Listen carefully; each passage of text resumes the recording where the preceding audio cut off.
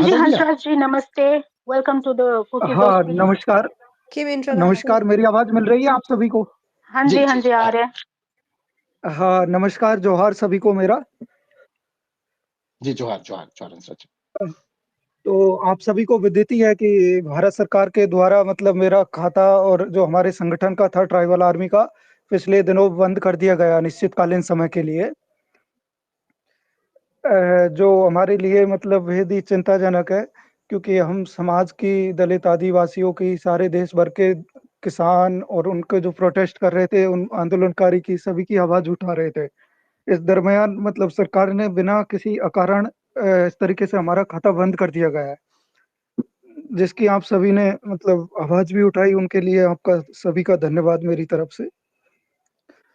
लेकिन बात एक अकाउंट की नहीं है, बात है कि मतलब दिनों-दिन जो इस तरीके का एक माहौल बन रहा है देश के अंदर, कि खासकर आदिवासी लोगों की आवाज़ों को मतलब सत्ता सुनना ही पसंद नहीं करती, मीडिया उनको जगह नहीं देती है।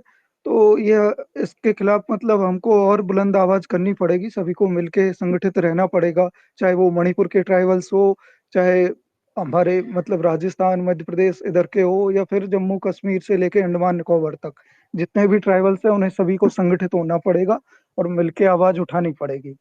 दरअसल किसान आंदोलन पे ऐसा मैंने कुछ आपत्तिजनक नहीं लिखा जिसकी वजह से मेरा अकाउंट मतलब बंद कर दिया जाए। मुझे कहीं न कहीं लगता है कि सरकार ने मणिपुर के जो ट्राइबल्स लोग थे, उनके जो भी दुःख दर्द थे, जो उनके साथ हिंसा, अराजकता जितनी भी फैल रही थी, उनकी बात मैं देश के सामने लगातार रख रहे थे, जब से ये हिंसा स्टार्ट हुई है। तो हम मतलब हसदेव का जो जंगल था, उसके भी अगेंस्ट अडानी के अगेंस्ट खड़े थे। तो सरकार की एक साजिश के तहत बंद किया गया ताकि मतलब जो ट्राइबल्स के साथ है, देश भर में जो दमन और अत्याचार की जो उनकी नीति चल रही है, उनको उजागर ना करे और देश के सामने और लोगों को संगठित ना करें हम। तो इस वजह से हमारी आवाज़ को दबाने के लिए ये सारा षड्यंत्र रचा गया है, जिसकी हम घोर निंदा करते हैं। सरकार ऐसे लोकतंत्र में किसी की भी आवाज़ नहीं दबा सकती, लेकिन आज लोकतंत्र गलत हाथों में है। तो ऐसी दमनकारियाँ नीतियाँ चल रही है, जो हम उनका सामना कर रहे हैं और करते रहेंगे और लड़ते रहेंगे बुलंदी के साथ उन सभी से।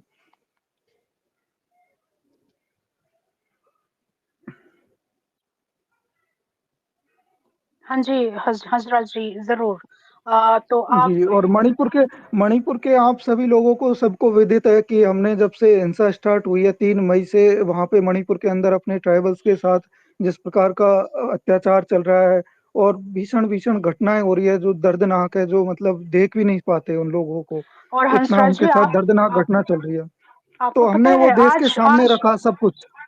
हाँ जी, हंसराज जी, आज 10वां महीने चल चल रहा है। आज 3 तारीख, मार्च 3 जी, जी, तारीख। जी। तो उसके बारे में भी आप कुछ बोलिएगा प्लीज़। हाँ, देखो मणिपुर की जो वर्तमान स्थिति है 3 मई से लेके अब तक 9 महीने में विगत जो घटनाक्रम हुआ है उसको लेके हम बेहद चिंतित हैं और लगातार हम पुरजोर तरीके से मतलब समाज के लोगों के सामने भी बातें रख रहे हैं, देश के सामने भी रख रहे हैं, मीडिया के सामने भी रख रहे हैं, सरकार के सामने भी रख रहे हैं और ये हमारा लगातार जारी रहेगा जब तक हमारे आदिवासी भाइयों को प्रताड़ित किया जाता रहेगा, उनके साथ भेदभाव किया जाता रहेगा, तब तक हम उनके मतलब इंसाफ की आवाज़ उठाते रहेंगे, उनके न्याय हक अधिकार की जो भी है और उनकी सुरक्षा के लिए हम लगातार प्रखर रहेंगे इस विषय को लेके। और देख ही पा रहे हैं कि मतलब सरकार अपनी निष्ठुरता पे अड़ी हुई भी फाइनली सॉल्यूशन नहीं कर पा रही है किसी भी हालात में अभी तक और अभी भी इस तरीके का मणिपुर में चल रहा है जो बेहद चिंताजनक है हमारे लिए। लेकिन देखो हम सभी को देश भर के सारे ट्राइबल्स को संगठित होना पड़ेगा, जिसके लिए हमारा ट्राइबल आर्मी लगातार मतलब ये काम कर रहा है। तो हमें सभी को ज़रूरत है कि संगठित होके मतलब एक सूत्र में बंध के देश भर के सारे ट्राइबल्स एकजुट हो। इस विषय को लेके चाहे जंतर-मंतर पे प्रदर्शन हो या फिर अपन लिख के हो या बोल के हो, कैसे भी आवाज़ उठाई जाए उनके लिए, क्योंकि बहुत कम लोग हैं जो इस समाज की आवाज़ उठा पा रहे हैं।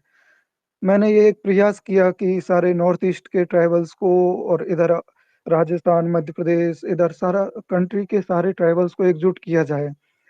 तो सरकार कहीं न कहीं इस बात से डर गई है और इस वजह से मेरा ये खाता पर मतलब अनिश्चितकालीन समय के लिए बंद कर दिया है भारत के अंदर। किसान आंदोलन पे मैंने समर्थन जाहिर किया, उनको उनके पक्ष में आवाज़ उठाई, लोगों को संगठित किया, लेकिन मैंने ऐसा कोई भी वॉयलेंस की ऐसी कोई भी पोस्ट, भ्रामक कुछ भी नहीं डाला, जिसकी वजह से मेरा खाता बंद किया जाए। और मुझे ट्विटर ने मतलब 7 दिन बाद बताया गया कि सिर्फ़ आपको एक लाइन पे आपका खाता अनिश्चितकालीन समय के लिए बंद किया गया है। वो लाइन थी कि किसानों को रोकना मुश्किल ही नहीं, नामुमकिन